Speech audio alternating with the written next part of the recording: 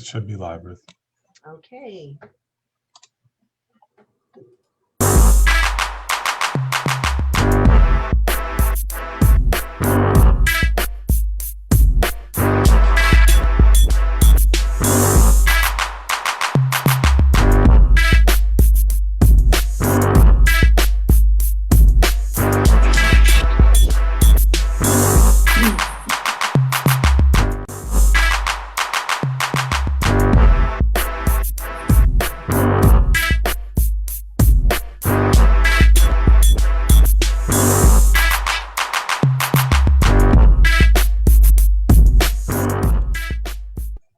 Thanks for joining us today for MasterCoaches Wednesday Weekly Buzz and our after show Buzz Reaction. I'm Ruth Nelson, joined by Hall of Famers Mick Haley, Bob Bertucci, and Brian Gimolero, bringing you the most current issues and trends in volleyball. Our weekly news show has leaders in our sport provide their perspective on the questions that are asked, along with the discussion on topics that are current and ones that are affecting all of us. Our news flash. We are heading into week 2 of Athletes Unlimited Women's Professional Volleyball, which had their opening ceremonies, 2 rounds of draft picks for the first 12 matches, moving into week 4 of a 5-week league, which is being played in Fair Park Coliseum in Dallas, Texas. 7 matches on CBS Sports Network, 15 matches on Fox, FSI, and FS2, and in Spanish on Fox Deportes. 8 matches on Facebook Live, YouTube, Twitter, Daily Motion, and or Twitch. Check their weekly schedule at auprosports.com. Want to make a difference? Please remember to renew your AVCA membership. This one organization represents all coaches at all levels when lobbying for changes that are needed in our sport. And you can make a difference by registering at avca.org. Today, our guests will provide some insight into their conference and their teams and what challenges they have had this fall and how they were able to utilize their experiences as a springboard to prepare for the NCAA D1 Championships in Omaha next month. So let's head over to Austin, Texas, where former Olympic coach Mick Haley will introduce our guest today. Mick? Thank you, Ruth. And boy, we have a special show today, folks. 2 giant killers joining us today. First, Jennifer Petrie, head coach, University of San Diego, and Dani Busboom Kelly, head coach at the University of Louisville. Welcome, both of you ladies, to our show. Thank you for being here. I'm going to start today with Jen real quick. Jen, 19 trips to the NC2A out of 21 years as a head coach at San Diego. Pretty special. 450 wins, 734 winning percentage. Pretty hard to do, I'll tell you, over that number of time. This year, starting with the new coaching staff, COVID restrictions, and playing in the WCC conference. With all of that, we're going to ask you about the WCC and San Diego and what a balanced year it looks like it's going to be, and what's going to happen with your team. Tell us a little bit about that. Thank you, Mick. Thanks for having me, you guys. And I'm excited to talk with you, especially about the West Coast Conference, which I feel this year more than ever.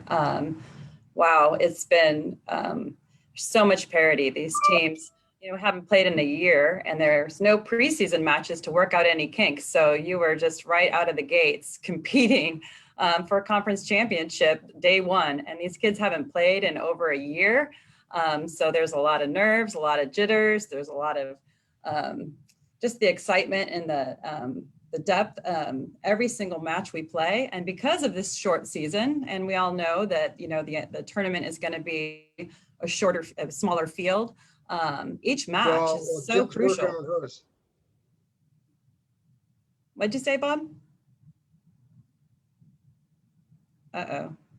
Bob froze, maybe. Yeah, that's okay. He's not up yet. Okay.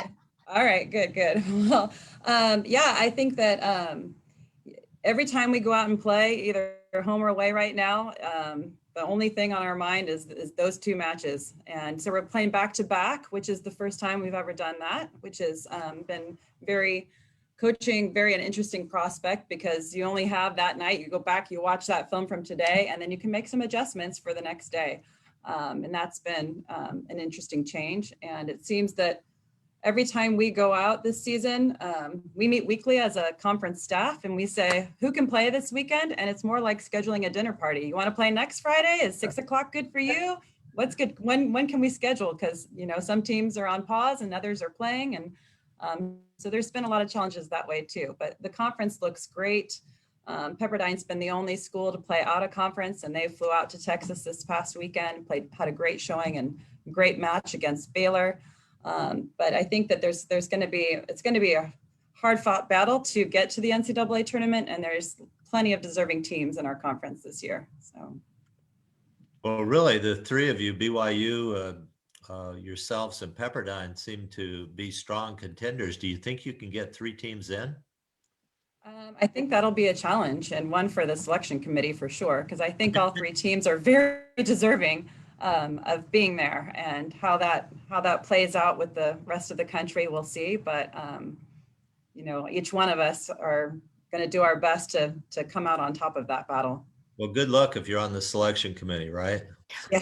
You're going to hear it for sure. Yeah. Yeah. Dani Busboom Kelly, 4th-year head coach at Louisville, Elite 8 last year, Longhorn killer, and Gregory Jim, pretty special in that regard. The ACC did something really strange this last fall, and maybe not strange, maybe creative's a better word. They played in pods, I think built on geographical positions mainly, and some teams did well, some teams didn't. The idea was to get at least 8 matches in. Dani, how did this pod situation work? How has it affected the spring scheduling? Will you stay in the pods?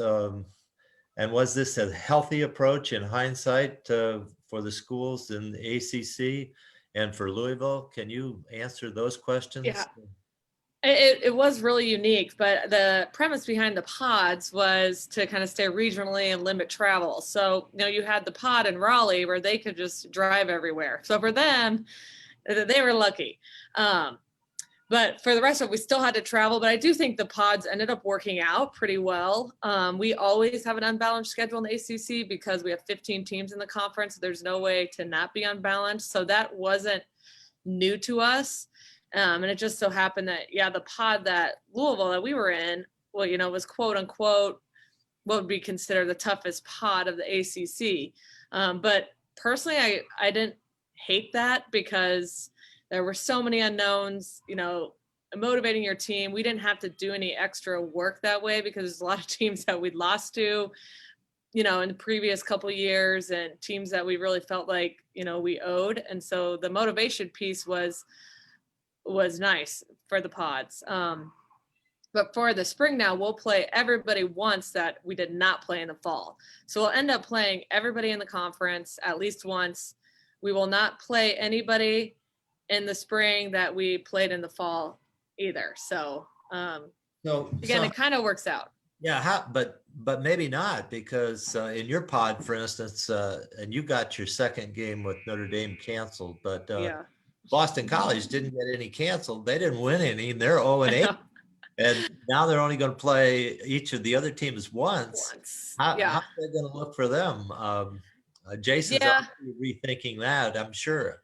Yeah, I think that is a tough part. But again, you know, we always are unbalanced. So it's like we play a few teams, and the way the ACC schedule works on a normal year is it's broken up into RPI. So the top RPI part of the conference will play twice, then the middle, then the bottom. So it's already kind of like that. So this to me wasn't super foreign, I guess.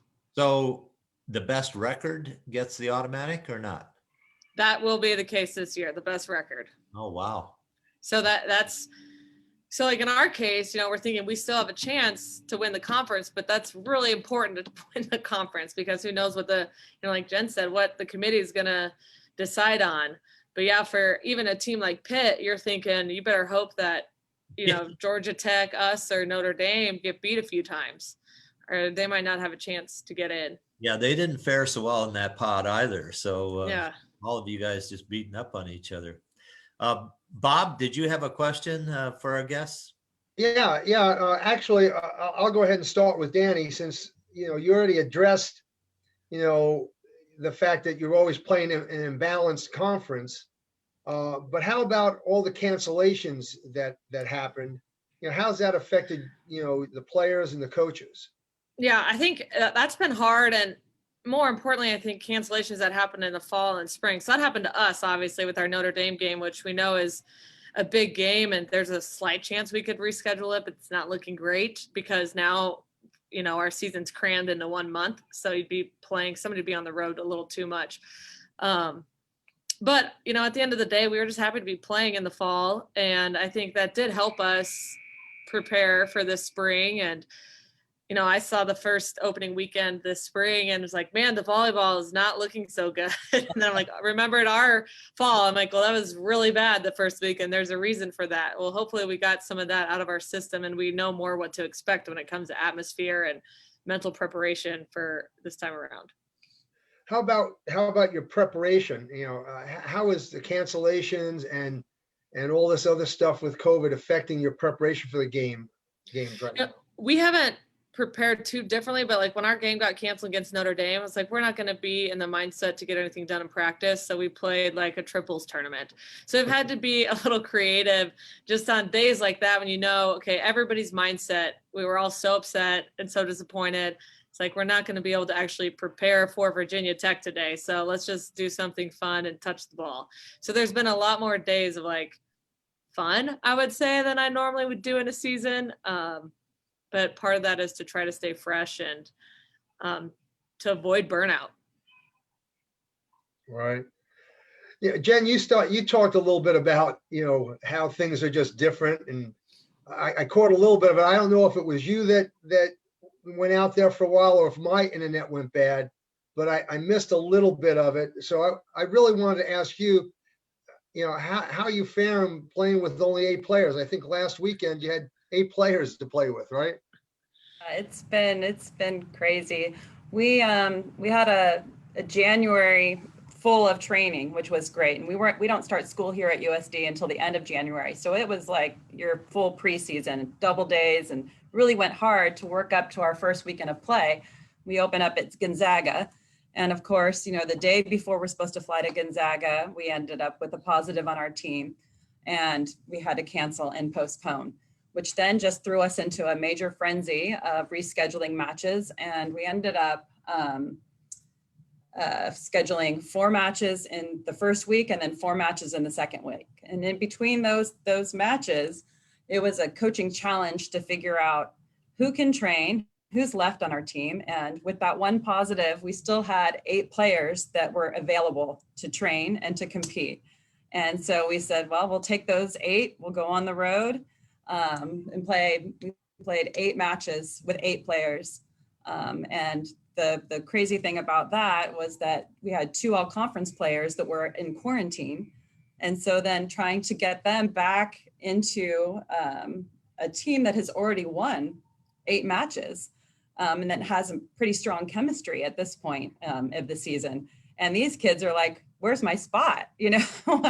I deserve this. And they had trained all January. So it's been a huge challenge trying to figure out how to assimilate and develop your culture and your chemistry when really we're playing a lot and we're not training a lot at this point. And that ties the coach's hands because we're watching them compete and we're like, wow, we really need to train. I'm like, if I see that one more time in competition, we need to get back in the gym and actually have some practice. But now we're at 7 players right now, hoping by the end of next week, we'll get back up to 12 players and they'll have a new starting lineup. So it's been interesting for sure. Well, that is really kind of interesting because unfortunately I've lived the same scenario where half my team is quarantined or had the virus. Unfortunately, we haven't been 8-0. We've been on the opposite end. So the expectations of the team and how the players feel that are coming back, they're feeling like, hey, we got a great chance of breaking in the lineup here, So it's a little different for you. What are your expectations, and how are you going to assimilate these other players that are top players for your program? Yes. You know, when we've settled down a little bit where we're not playing 4 matches in a week, and we're back to like a 2-match in a week schedule. So we do have a couple days, and we're really using those training days as opportunities to compete in those positional spots that we feel like these kids deserve an opportunity to break into that starting lineup. And, you know, those kids are coming out of quarantine, guns a-blazing for those kids. And sometimes those kids that have played 8 matches in a row are like, okay, you know, tap out. You guys help me out here. So when we looked down the bench last week, and I'm like, wow, we have some subs down there. It makes things a little more complicated. And because when you have 8 and you're looking at your squad, you're like, you guys are in. Whatever you do, you're staying in. So you know, it's really interesting from a player's perspective to see them play so loose and so comfortable, knowing that they're not coming out of the match, and knowing that, you know, that no matter what the score is or the pressure situation, that it's down to them. And I really saw a lot of growth in some of those athletes.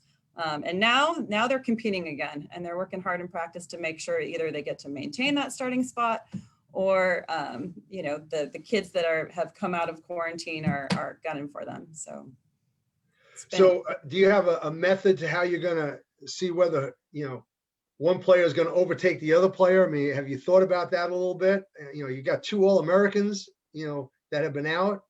You know, they might be thinking they're just going to walk into the spot, and the other kids are saying, hey, we're doing pretty well here.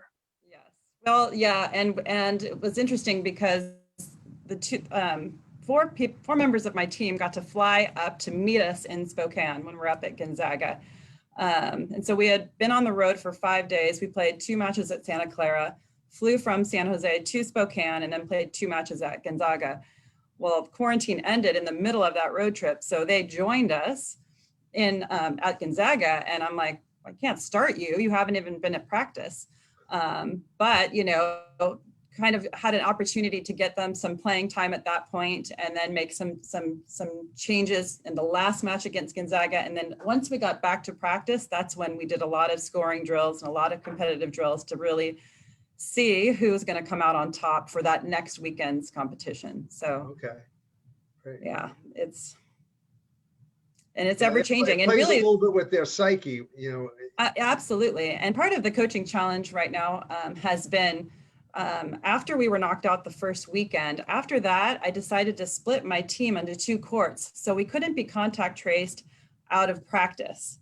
And so we would run drills and that's actually how we ended up being able to travel, because we did get a positive on the squad A over here. They had to stay home. So we left with squad B. And so that's been an interesting combination too, just figuring out, well, she can play with her and she rooms with her, but she's already had it. So you can go, you know, train with her but you can't train. It's a GRE conundrum. You stole that from Bobby, the pod concept, right? Yeah, we were doing the same thing. That's why I was playing with half a team 1 week, and the next week the other half would be able to play. So I'd go play with them because the other group got contact traced. Right. We're fortunate if you're deep enough and have that many players. I'm like, okay, we have 3 setters. So everybody, they stay apart, and we have enough positional players to do that, but that's fortunate. Okay, Bob, I'm ready for that. To have All right, Ruth, go Dani ahead. give her some players. Is he frozen? No, you're up. You're up. Go ahead. Oh no, Brian he's up right now. Brian, okay. you're ready to go. I'm just sitting here trying to figure out if I'm far ahead, and this is for Dani, if I'm far ahead in the conference, do I cancel the rest of my matches? Yes. Don't get me started on that. I'm sure you know certain coaches that are might suddenly cancel your match. Or a little they're ahead. reluctant to really try hard to make it up. Yeah. Don't answer their phone. Yeah, exactly. Has the NCAA or the AVCA come out with a RPI numbers yet, Dani? Have they told you anything yet? Of No. course. Yeah. Short season no one knows. Yeah. Okay. Yeah. So if there's no RPI, taking a look at your conference, what's the projection right now? Given there's 48 teams instead of 64, what's your projection right now? How many teams are you thinking about trying to get in? I think what's unfortunate about hitting on a COVID year, and Jen alluded to this too, like I think the ACC is one of the better years, at least since I've been a part of the conference, as far as depth. But I think we have a great shot of getting 3 teams in, depending on how everybody performs this spring. I think 4 would be a stretch. I'm not planning on more than 2, but really hopeful for a 3rd, and who knows on a 4th. I think it just depends how these other conferences shake out. And every time we see a weekend split in the SEC or Big Ten right now, it's like, all right, we need all these teams to split every weekend. So it's just like a weird way of watching volleyball and rooting for teams. And, because it's like, oh, great, we want this team to lose. Like every time at Tennessee, for example, loses one night, wins the next night. That's good for us because they could potentially be on the bubble. And that was just what are they gonna? It seems like there's so many teams that are one above 500. There seems like the whole country is there's some teams that are doing very well, but generally the at-large people in teams that are not competing against each other out of conference. That's so interesting to me. That committee, I don't. So what do you think the committee's gonna look to? I honestly have no idea. I would be speculating if I even answered. I think they'd look a little bit in, strength there, like the eye test, strength of these matches, and hopefully they're tuning in and watching them. And I would also say historically, conferences and programs, I think that would play into it. Who knows though? I think they're going to have a really difficult time come April. And given this audience here, give me some information about your team. What's the strength of your team specifically? Well, I think we're a pretty good ball control team, and historically, that's what helped us beat Texas last year. Is we do a pretty good job taking care of the ball.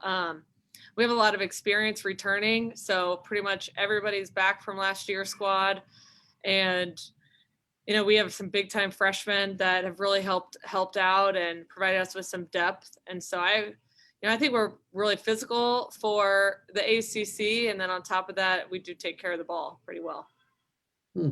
Jen, what do you see in terms of your own team? Tell me about your team specifically. I like the idea that you're picking your squad by roommates. You're her roommate, so you two can play together. Yeah, you guys pick your roommate wisely because you could be a starter. Right, yeah, right, yeah. Interesting. Looking back, none of them should have roomed together because that would have helped too, keeping. Yeah. So tell us a little bit about your team. Definitely this year, different than in the past for us because traditionally we've been really strong in the middle.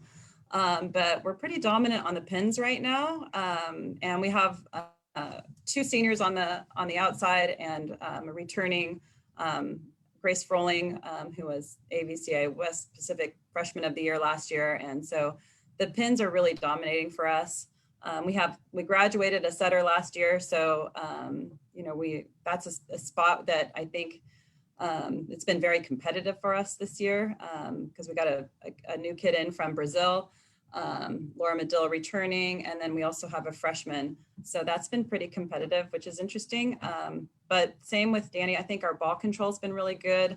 I think without those seniors on the pins on the outside, because you do see right now, the volleyball isn't up to where it's been in the past. So we've been a lot of high ball hitting on the outside, and luckily they can carry the load, which has been really good. And tell me about what you think in terms of the conference. Again, 48 instead of 64. That's a really interesting number. What are your projections? And it gets down to 18, right, Brian? It gets down to 18 with 30 30 Yep. automatics. So Yeah, they're going to actually be, I think you, without the Big West or without the Ivy League, you're going to have 20 at large, right? Because you pick up two. I think 18 actually. Is There it are 18? 32 conferences, 2 are not Oh, playing. so 30. I'm sorry, you already figured that in. 18. And when So you it's start 18. looking at the Power Five, and then you get to the WAC, the WCC, that really puts a stress on them. Or those bigger conferences are going to get a lot less teams than they have in the past. Year. Yeah. We would see 3 teams right now in a typical year, but given what's going to happen this year, I am hopeful that there will be 2 teams from our conference. I definitely think that there's 3 deserving teams right now, but without the opportunity to play those teams outside of our conference, that would help, just even out the playing field. We'll see. I really hope. I mean, Pepperdine's been playing so well. BYU looks exceptional.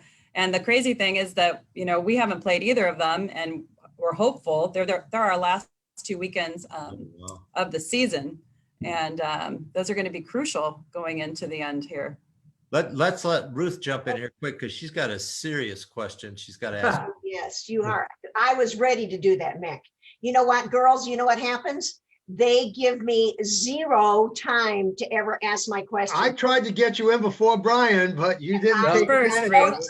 it. Well, I All think- right. First. And you should figure out we do that on Hey, purpose. time out, guys. It's the girls' time now. All right, girls, guess what? Recruiting, May 31st, dead period. Okay, so we're going to talk to Dani first. Tell me this. If you guys say the best will get the bid, should we not say that if you finish the best, you should also, when you're recruiting, if you are both working for the same athlete, the best one gets the best kid. So you guys can do the draft on that. But just tell me, where do you think is going to happen? Are we going to quiet period next, or are we going to dead period through the summer, Dani? I think it'll stay. I don't know. I'm not very hopeful that it's going to go quiet, but I know that's what the majority of the coaches want. I just don't think that it's up to volleyball. I don't think it's up to the AVCA. I don't think it's up to us. I think this is a much bigger issue, and the NCAA is going to stay consistent with all sports. That's why I'm worried it's going to stay dead, but I'm hoping for the athletes' sake that, it goes quiet and we are able to allow some sort of camps and some visits where they can actually say hi to us, or, Yep. we can tell them where to go on campus. All right, Jen, how about you? I want to get you in because we're getting short on time. Yes. Yeah. I'm with Dani. I think that it probably will be quiet. I'm hoping for quiet, but the hard thing for us in California is that even if it is, we can't have anybody on campus. So it really kind of puts us in a difficult recruiting situation when other campuses are open and kids can go and make visits and do things that way, when we can't host or even have a camp at this point. So Yeah, well, then what I'm going to recommend from MasterCoaches that you get the first draft on recruiting, all right? thank you. All right, Mick, I'm going to go to you. You're going to talk a little bit about next week. Well, next week's going to be interesting. You started off with the news flash about the new pro league. I've called it pickup basketball, but there's a lot of people that really like it. So we're going to spend all next week trying to have a couple of athletes or a coach and an athlete on from the pro league and really talk about that because it's getting an awful lot of play across the country. So tune in next week, and we'll try to have some really important people on here to tell us how this is working. Okay, here we go. Book your MasterCoaches custom virtual clinic today by heading over to our Instagram. Click on a bio and click on a virtual clinic link. Remember, our weekly buzz shows are on YouTube, and you can get those on Instagram. Follow us on Facebook, Volleyball MasterCoaches, Instagram and Twitter, VB MasterCoaches. A special shout out to our partners, SNA Sports and Baden Sports, and thanks to our content providers, NFHS, JVA, Coaches Insider, and AVCA. Stay on Facebook Live after John closes our show today and join our MasterCoaches Buzz Reaction. Now, let's go to Buzz and Buzz Reaction digital partner, Dr. John Foreman, who will update us on his most recent podcast. John? Geez, now I'm trying to remember what my most recent podcast was. and I'm struggling. Go to coachingvb.com and you'll see it there. That's good. I like that. I like that one, John. Actually, yeah. I mean, I know a recent one was my friend Ruben had a conversation with one of my men's players here about going professional. So that's an interesting conversation to check out. So I encourage you to go there. That's saying fantastic. All right, right. Jim and Dani, wonderful to have you on the show. And we look forward to seeing both of you share your players, since one of you has more than the other. And we are ready to head off to our buzz reaction. Thanks, Jen. Thanks, Dani. Good luck, Appreciate it. Danny. Thanks, Thank you. You too, Jen. Thanks again. Bye-bye. Bye-bye. Welcome to our buzz reaction. Today, we'll have a great guest join us in the last 15 minutes as part of our Wanna Be a Guest program, which we'll introduce them later in the show. Now, let's hear from Master Coaches as they continue their conversation, today's buzz show discussion. And we are definitely not going to Bob first. Brian, Well, we have to find out if Bob watches the chat. Bob, do you have your chat on? do you open the chat? I see it all the time. No, you don't. Because I'm giving you a hard time here when you're taking 12 minutes. Oh my goodness. I didn't even ask my two other questions I was supposed to ask. I know, and I was going to interrupt you, but I was being Your polite time, you today. don't get to go. It's not me. It's Jen and Dani were doing a good job answering the questions. No, you kept asking them another question. I'm Well, it serious. was interesting that Jen was doing the same pod thing that I've been doing. Well, you're going to take credit for that now. Yeah. No, I'm not taking credit for it. I don't even particularly like it. It's just that it saved us, or we wouldn't have played a match. Well, though I would have been better off not playing the match. I'd be 0-0 right now. All right. Okay, so from now on, I'm going to interrupt you. I'm just not going to let you keep talking. Poor Brian. He'll say, "Oh, it's okay." That's what I think. Bob, go right by me. It's fine. I think it was good.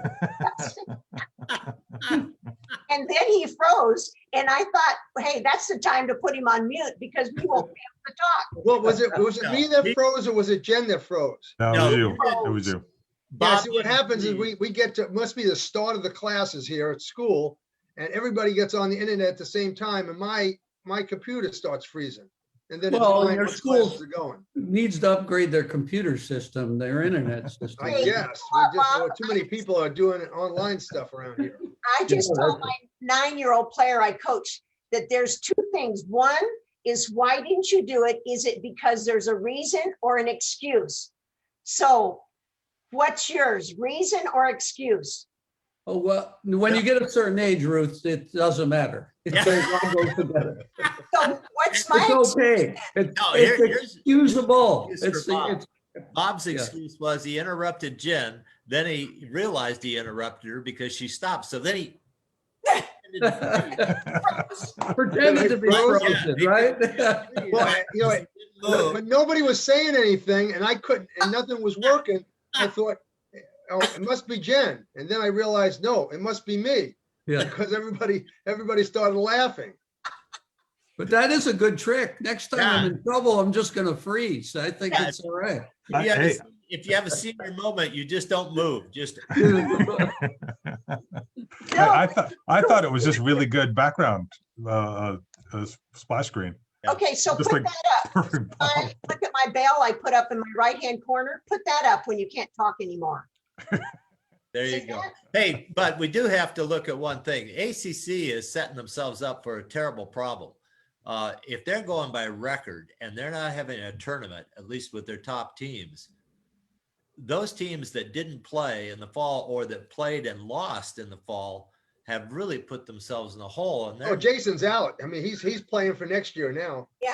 who's that? Jason Jason's has playing no for chance. December. Oh, NCAA. Jason's playing for 2 years down the road. What school? What school? Oh, Boston Boston College? College. Boston College. He just got rolled in that fall pod thing. But but think about this. You've got Georgia Tech. They had a good preseason. Miami, Duke, Pittsburgh went, I think, 4-4, if I'm not mistaken. They're really in trouble, and they're a very good team. You got Notre Dame that was wanting to do well, and they go down to Louisville, and they beat Louisville. And then the next night, it's canceled and there's all kinds of stuff on the internet about that. I'm telling you, they've got 4 or 5 teams that are really good this year in that conference, and they're not going to show by their record. So they better be doing some lobbying with the selection committee on some other ways to pick teams, because they're going to get left out. I looked at this, if the Pac-12 and the Big Ten and the SEC get the number of teams they normally get, and if this is a really good year for the ACC, what's going to happen is there's going to be 1 or 2 at-large spots only open, and you've got the WCC, not to mention other conferences out there that have a team that's really good that might not win the conference. I would think Pepperdine, BYU, and San Diego are all looking to try to get in this tournament, and they're not all going to get in. The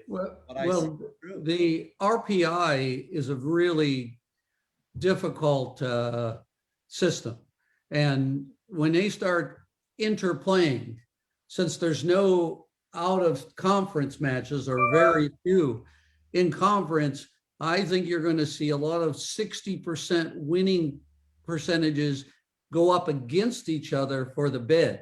If you're going to line up, you're going to line 40 teams or 50 teams that are going to win 60% of their matches, and they're all going to try to get in from all these conferences. And who's to say who should get in? And the committee will, but how you're going to distinguish between those teams is impossible. It's an impossible scenario. I think conferences to watch out would be Pac-12 and SEC, because they're just beating each other and nobody's showing any strength, with the exception of Kentucky, maybe Florida, but Florida lost to Georgia in the fall and some other teams. And the Pac-12, they're Washington, Oregon, Utah, and after that, you got to say, yeah, who? Might be 3 teams in. Yeah, maybe that could be. Hasn't the Big Ten had a number of cancellations also? Big Ten has had some cancellations. They've made up some of them. They're making them up. Like tonight, Ohio State's making up a match with Penn State, and then they have to play Minnesota Friday and Saturday, and then they have to play Nebraska Friday and Saturday of next week. And Ohio State's unbeaten. They could go from unbeaten to out of the running. Well, they could be instead of 9-0, they could be 9-5 if they're not careful. Just it could be like that, or they could show that they're really a powerhouse and they want to play with the big guys. Or it could take one of those franchises that are well known, one of the schools that's well known, and take them out. Well, they beat Penn State the first time, but Penn State, I heard, only had 8 players. Yeah, so, but is the committee going to say, oh, okay, they had 8 players? I don't think so. I didn't see the thing in the RPI that said how many players you had. And everybody's going to be making their pitch that I didn't have my full team. That's going to be interesting. Yeah. So I really think they'll be lobbying outside of the records and the scores. I think it's going on right now. Yeah, I think you're going to see phone calls to these people. I think you're going to see all kinds of stuff. As Dani said, the eye test. Questions from Facebook. Okay. My players seem to appreciate the time they have on the court after waiting so long to play. That was someone who, when we were talking about playing. Well, Bob, and you could address that. Have you gotten to play much?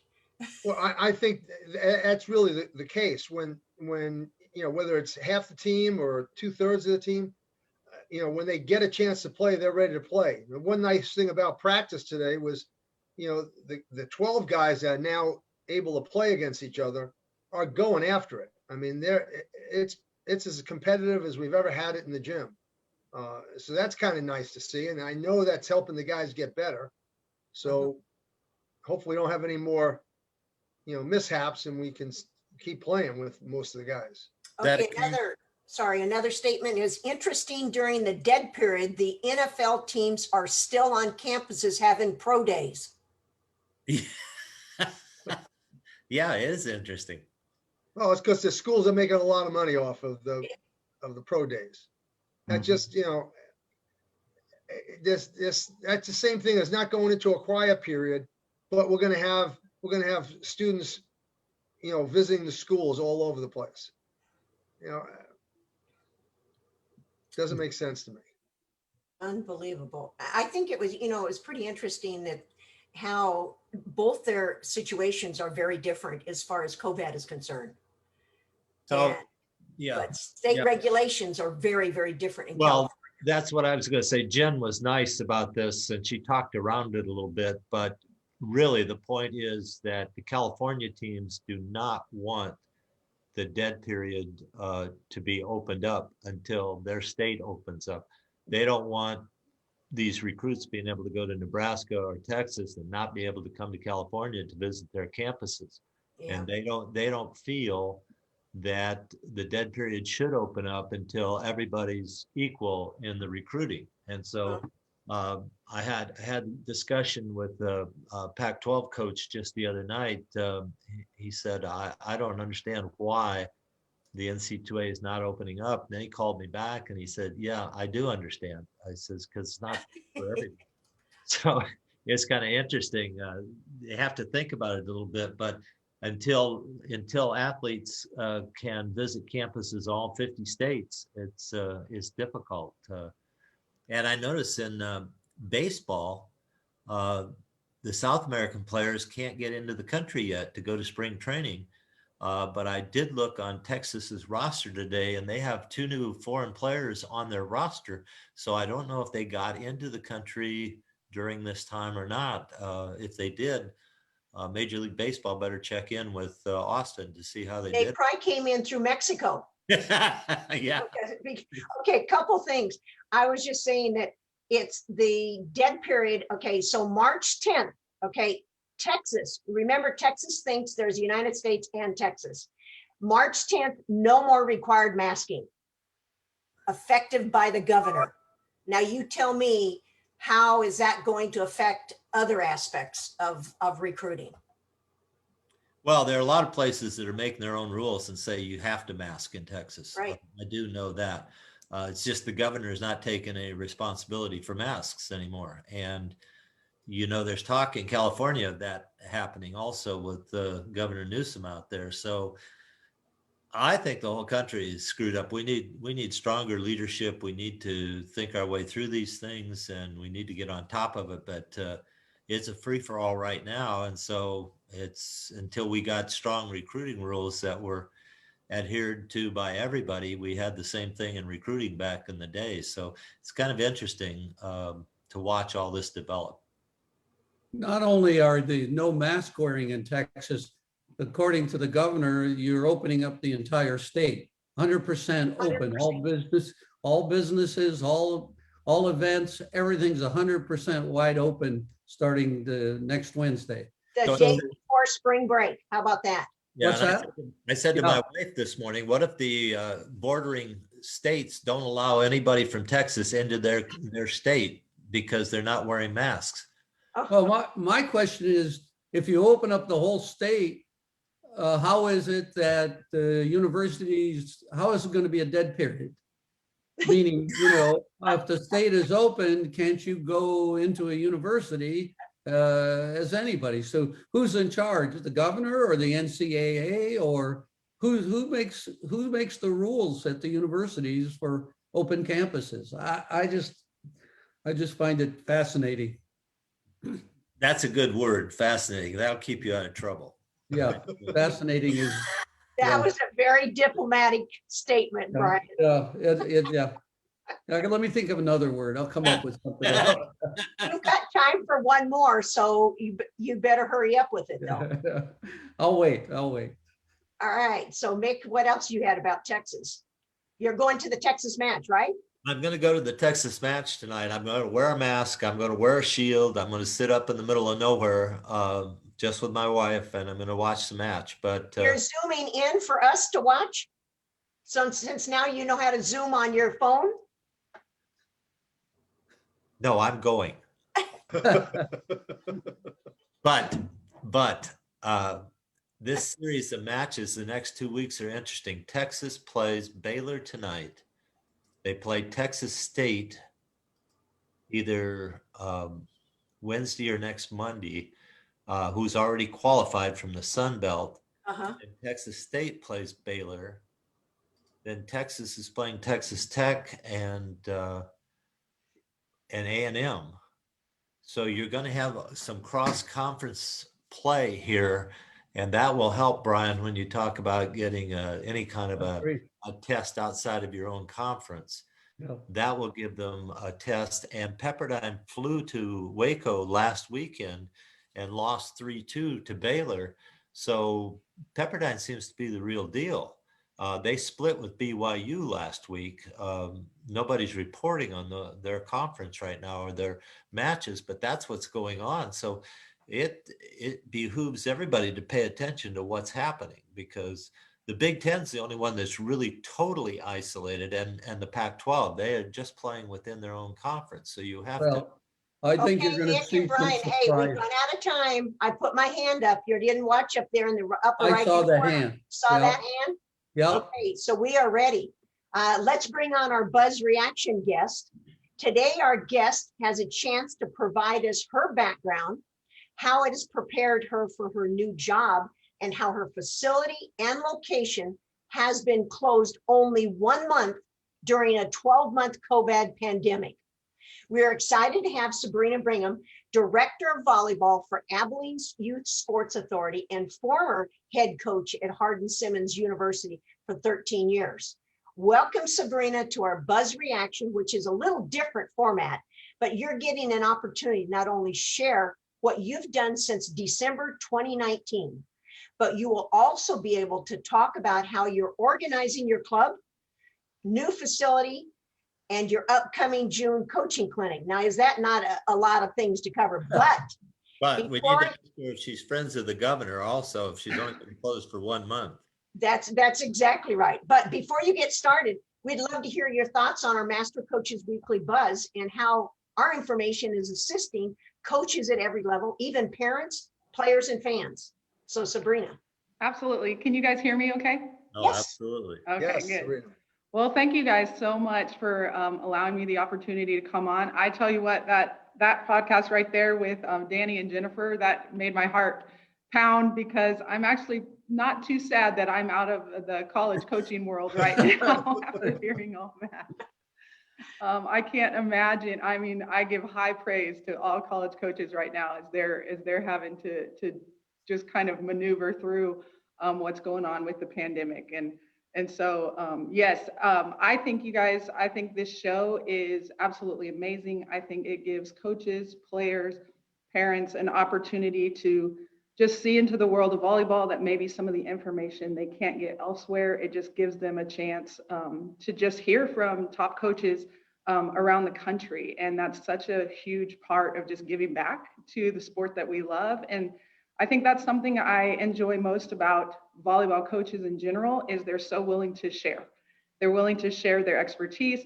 They want people to grow in the game and just share their love for the game to others. And that's kind of how I started. I was back in the late 80s, I got Volleyball Monthly magazine, and that was the way that I figured out what was going on. And I fell in love with the game, just being able to pick through those pages.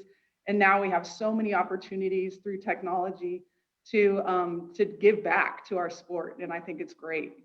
Okay, so you better be scheduling on Facebook every week, us on Wednesdays. All right, now, Absolutely. yes. Now tell us how your experience of being a collegiate coach for 13 years prepared you for your change that occurred in December 2019.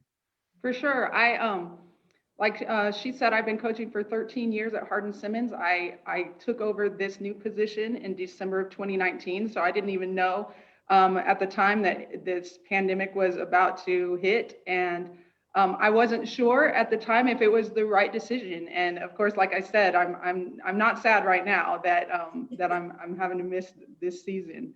But for all those years, it's prepared me, I think, I've always loved camps. I've always loved running clinics, things like that, and being able to give back to the community. And this has been such a blessing for me to be able to do this on a daily basis. We have hundreds of kids in here every single week from all age groups. And we're just able to train them in the game of both volleyball and basketball at our facility.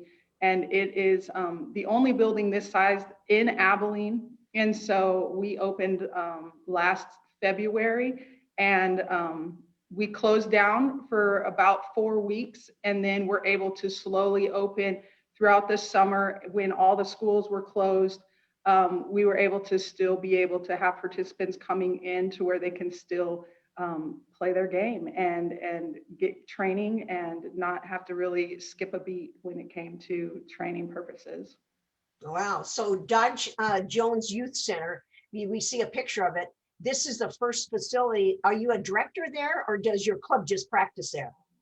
I don't run the club. I'm the director of volleyball for the building. And so Key City Volleyball, this is their home base. And so we get them 3 nights a week in here, and they have 14 teams. I coach the 13 and under team, and I absolutely love that age group, because I mean, it's still pretty brand new around here for the 13-year-olds. And so it's just really being able to teach the fundamentals of the game the right way, and I'm enjoying it. Now put these 3 on a hot bun, put them on a hot burner, and ask them, why in the world did you consider MasterCoaches to come in and do your clinic in June? I mean, you got lots of choices. Put these guys on the hot seat and give them some questions. You know, I will tell you a quick story. I started playing in the late 80s as just a kid, and 1988, Mick, do you know what happened in 1988? I do know. In Minneapolis. Yeah, Texas won the championship, and I fell in love with the University of Texas players. I knew them all, and so I knew about Mick Haley and the program that he ran over there. I actually grew up in Anchorage, or near Anchorage, Alaska, and so there was not a whole lot of volleyball going on there. And so I've seen you guys so much as just top coaches for so long that I knew I wanted MasterCoaches to come to Abilene. All right, well, Brian, you got to get Brian and Bob. Give them one of those hot plate questions. Yeah. What do you guys see? This goes to Bob or Brian. You both have been coaching for so long, and now that you guys are on this show every week, what do you see that's benefiting other coaches? Maybe someone that just grew up in the game and was kind of that volleyball nerd. What do you guys see as far as what you're able to give back to not only your local communities with volleyball, but also at a national level? Go ahead, Bob. Yeah, I knew he was that. Kind of a big question. Great question, Sabrina. Sabrina, this is what usually happens. They yell at me for talking, and then they always give me the questions to answer first, so they have some time to think about it. Well, I think one of the things, you know, as it pertains to this show, is us trying to bring, you know, the most up to date, you know, newsworthy things that are happening in the game. To, you know, because, you know, different parts of the country get different information. Some people aren't as tapped into what's going on, you know, in the inner workings of the collegiate, you know, system, or the pro system, or even the club, you know, and high school realm. And so I think it's being able to bring, you know, relevant information and what is going on, you know, around the country, you know, in volleyball. And then, you know, that usually progresses into some insights on what we think, or how we would do some things. And so you're getting a little bit of the volleyball technical stuff at the same time. And you got to throw something out about pods, right? Yeah, the pods. Everybody gave me crap about the pods earlier in the show. We're going to have 4 pods in Abilene. Sabrina, I you know, we have, between the 4 of us, over 160 years of experience in this game. For me personally, you know, I've been lucky to be on the successful side and in all levels, including club and high school and college. And I've run into a lot of amazing people and amazing players. And so now at this point in my career, I don't want to go and coach a team, but I have a lot of experience that I think is beneficial to people. And, you know, it's comfortable for me now to be able to share that. You know, hopefully I know that I have enough experience, that enough people, enough players helped me, that I can, you know, share some of the ways to be successful and some ways to do things. So that's what I do it for. And I think, you know, we're all volleyball nerds, not just you, by the way. And we can give young players, coaches, experienced coaches, information that will help them. Okay, Mick, you didn't get off the hot seat. Oh, really? I wasn't even preparing for this. I thought I'd done my job. No, I know how you know how to do things on the last minute. Well, actually, nothing's changed. You know, when we first came to Texas in 1980, we made a conscious effort to get out to Amarillo and San Angelo and all of the Abilene and all of the places. I mean, you can go 22 hours in a straight line in the state of Texas. That's how big the state is. And we tried to get out and meet as many coaches and as many people as possible. We did coaches clinics out, and then we started doing coaches clinics with Glenn's Third Coast tournament and then we started doing the University of Texas summer camps, and they got so big that we had so many people come and visit. And so, you know, we're trying to do the same thing that we did back then, and that is try to help people get better at teaching the skills biomechanically correct, and allow them to make their teams and give their players a chance to get as good as they can possibly be. You know, Jim Stone's written a new book that's absolutely the best work that I've seen in the last 60 years. It's not out yet, but it will be out soon. And he talks about this. He talks about preparing practices and that sort of thing. And that's what we've been trying to do with our live and our virtual clinics. And so hopefully we're getting that done. We get a lot of people to comment on the focus and the learning theory, which we think is important. We don't think you should roll out the ball and just play. We think you have to teach the skills and teach them correctly before you learn through the play. So that's really what I think we're all about. And even though Bob keeps bringing up pods, you know, we'll just kind of ignore that. So. Okay, Sabrina, would you please share a few words with our viewers on why you think we should be lifelong learners?